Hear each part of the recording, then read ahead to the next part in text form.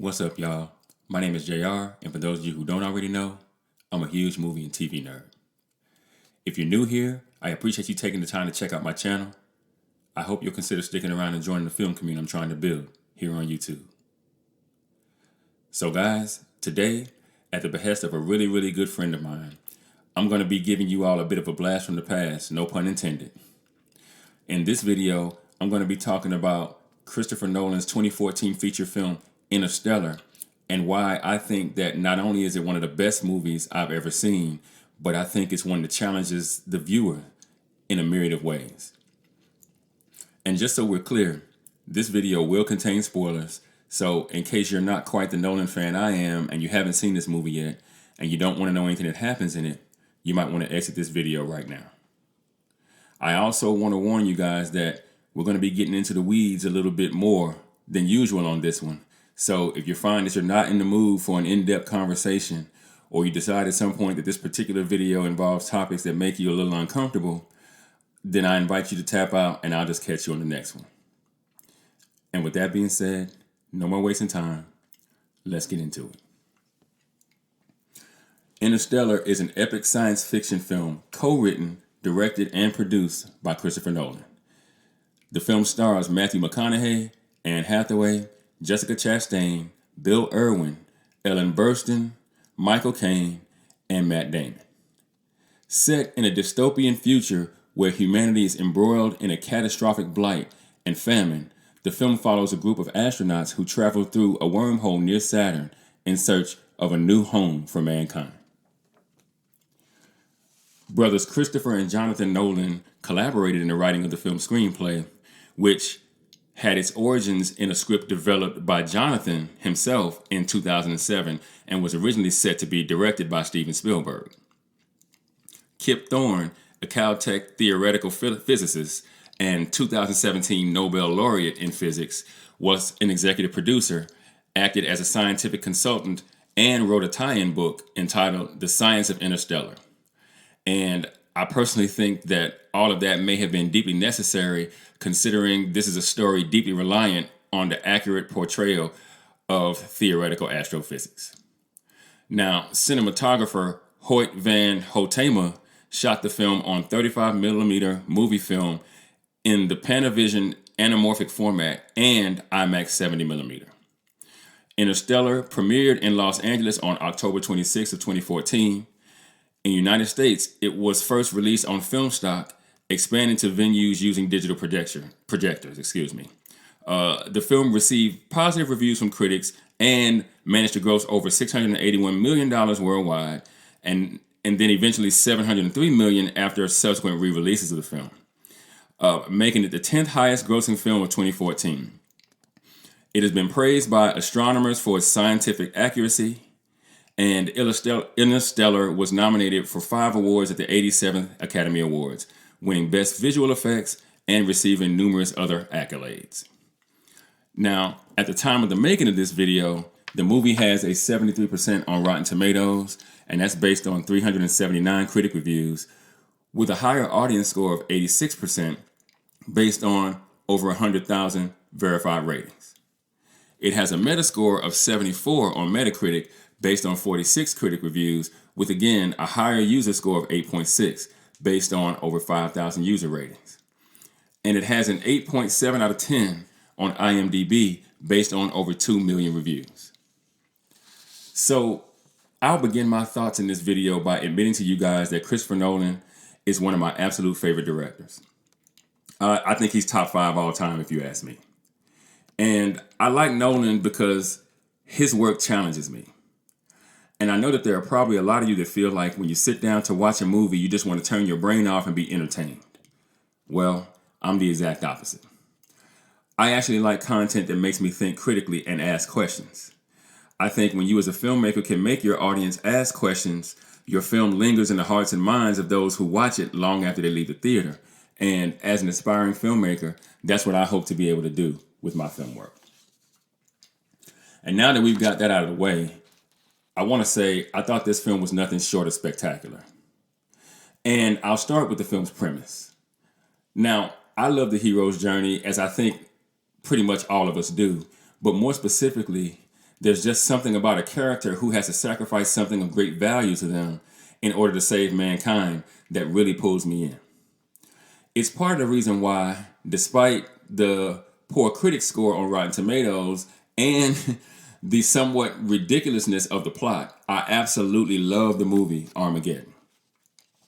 I watch that film at least once a year, and I always get a tingle at the end when Harry Stamper, played by Bruce Willis, hits the switch and blows the asteroid up mere minutes before it enters the Earth's impact zone, killing himself in the process.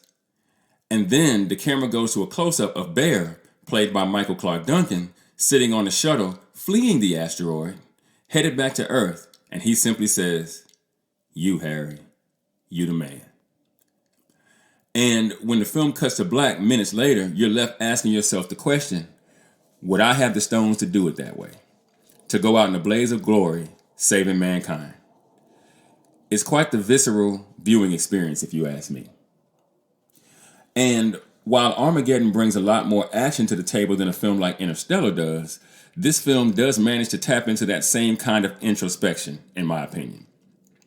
But it does so much more than that. This film asks you to believe, both in the scientific and the supernatural.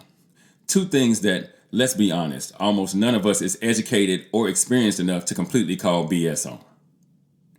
Now, the film starts in Colorado in the near future, 2067 to be exact, and humanity is facing extinction following a global famine caused by ecocide.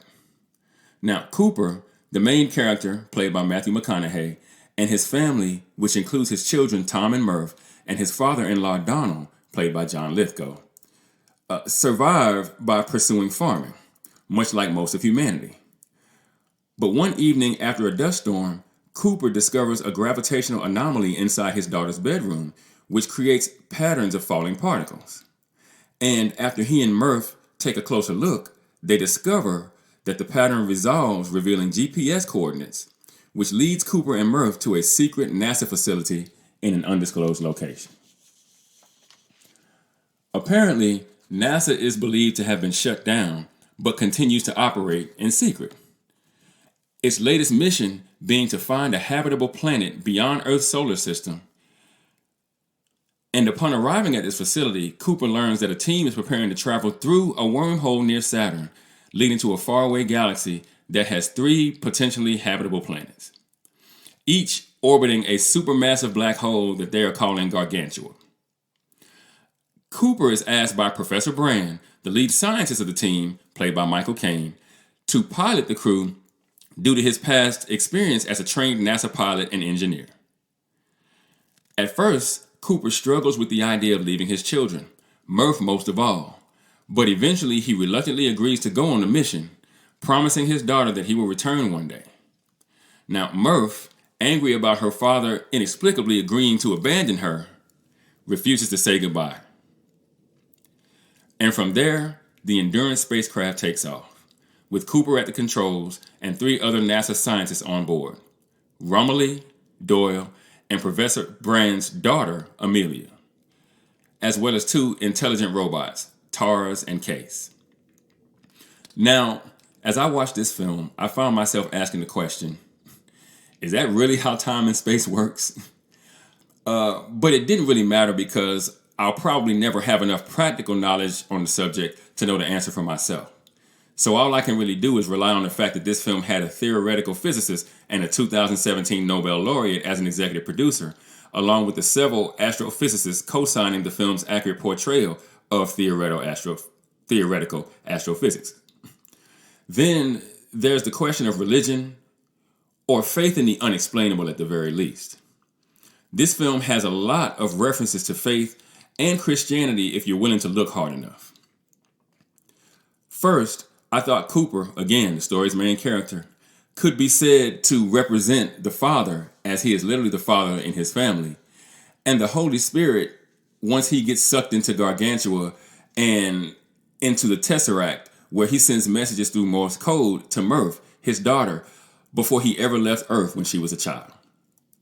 Now, Murph is 10 years old at the beginning of this story, and after the time dilation takes place in the story, she ends up being 33 years old when she ultimately finishes the equation that would go on to save humanity, the same age that Jesus was when he died. In addition to that, there's an unknown, otherworldly presence that creates the wormhole and the tesseract that guides the events of the film overall, almost in a way that could be seen as godlike, guiding Cooper, placing him at the exact right places at the exact right times in order to contribute in the ways that he did in the saving of all mankind. And whenever the characters refer to whoever put the wormhole near Saturn, they simply call them they. Now, God is described in the Bible is and mostly advocates for love. And this film is absolutely, above all else, a love story in more ways than one, in my opinion. It's a love story as it leans heavily on the love between a father and his daughter. And on top of that, I also think that Cooper eventually falls in love over the course of the film with Dr. Amelia Brand. Fairly early on in the story, Donald Cooper's father, his father-in-law, tells him that he needs to meet a woman and do his part in repopulating the earth. Now, this is significant in my opinion because Cooper's wife, Donald's daughter, dies before the events of the film of a brain tumor that Cooper complains couldn't be found because they have gotten rid of MRI machines and have heavily invested in pushing people towards farming due to the eco crisis in a conference with Murph's teachers at her school. Now, the words spoken to Cooper by Donald at the beginning of the film have a direct impact on the film's ending. Now, furthermore, there are 12 original astronauts that were sent out to find inhabitable planets during what was called the Lazarus mission, just as there were 12 apostles that Jesus sent out to spread his gospel. And keep in mind that Lazarus of Bethany was the brother of Martha and Mary, and also widely thought of as a true friend of Jesus. Now, he lived in Bethany just a few miles from Jerusalem, and the story is that one day Jesus gets word that Lazarus is gravely ill. But instead of rushing to him immediately, he waited a few days before going on to see his friend on his deathbed. Now, some people thought Jesus was uncaring for doing this, but that wasn't the case at all. Jesus waited because he knew that the Jewish culture deemed a man dead after 3 days. So in an effort to showcase his power, he stayed where he was for 2 more days before deciding to go and see Lazarus. And when Jesus got there, he found that Lazarus had already been entombed for 4 days, presumed dead, and Jesus wept. But as Lazarus' loved ones also wept, Jesus told Martha, "Your brother will rise again." And long story short, Lazarus was in fact resurrected in order to properly demonstrate to Jesus' followers that he was indeed the Messiah. Now, naming the mission to save humanity, or in other terms, bring humanity back from the brink of death, the Lazarus mission, was no accident. Now, getting back to Cooper, we see him spend decades, when you consider the relativity of time, wandering desolate environments on the planets the team was sent to investigate, thought to be dead by his loved ones back on Earth, before he in fact dies inside of Gargantua and is reborn in the Tesseract. But not before he is apparently able to reach out and touch Amelia Brand's hand, which happens twice in the film. Once from Brand's perspective as the astronauts initially embark on their journey, traveling through the wormhole, and then once from Coop's perspective inside Gargantua after leaving man's planet. And then finally, at the end of the film, after he sees his daughter Murph one last time, surrounded by family members that he, of course, never had a chance to meet, on her deathbed, there is a sort of Adam and Eve setup with Cooper leaving Cooper Station, named after his daughter, not him, to go and be with Amelia on the final of the 3 planets they were initially sent to investigate and start a colony there. I also happen to believe that the music of the film also contributes to the feeling that these decisions made by the Nolan brothers were not accidental, but instead very intentional, as you can hear a church organ being used as Hans Zimmer's primary instrument throughout the film's score.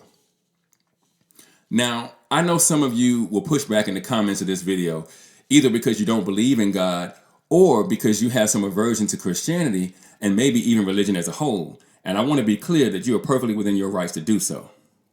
This channel is absolutely for open discussion.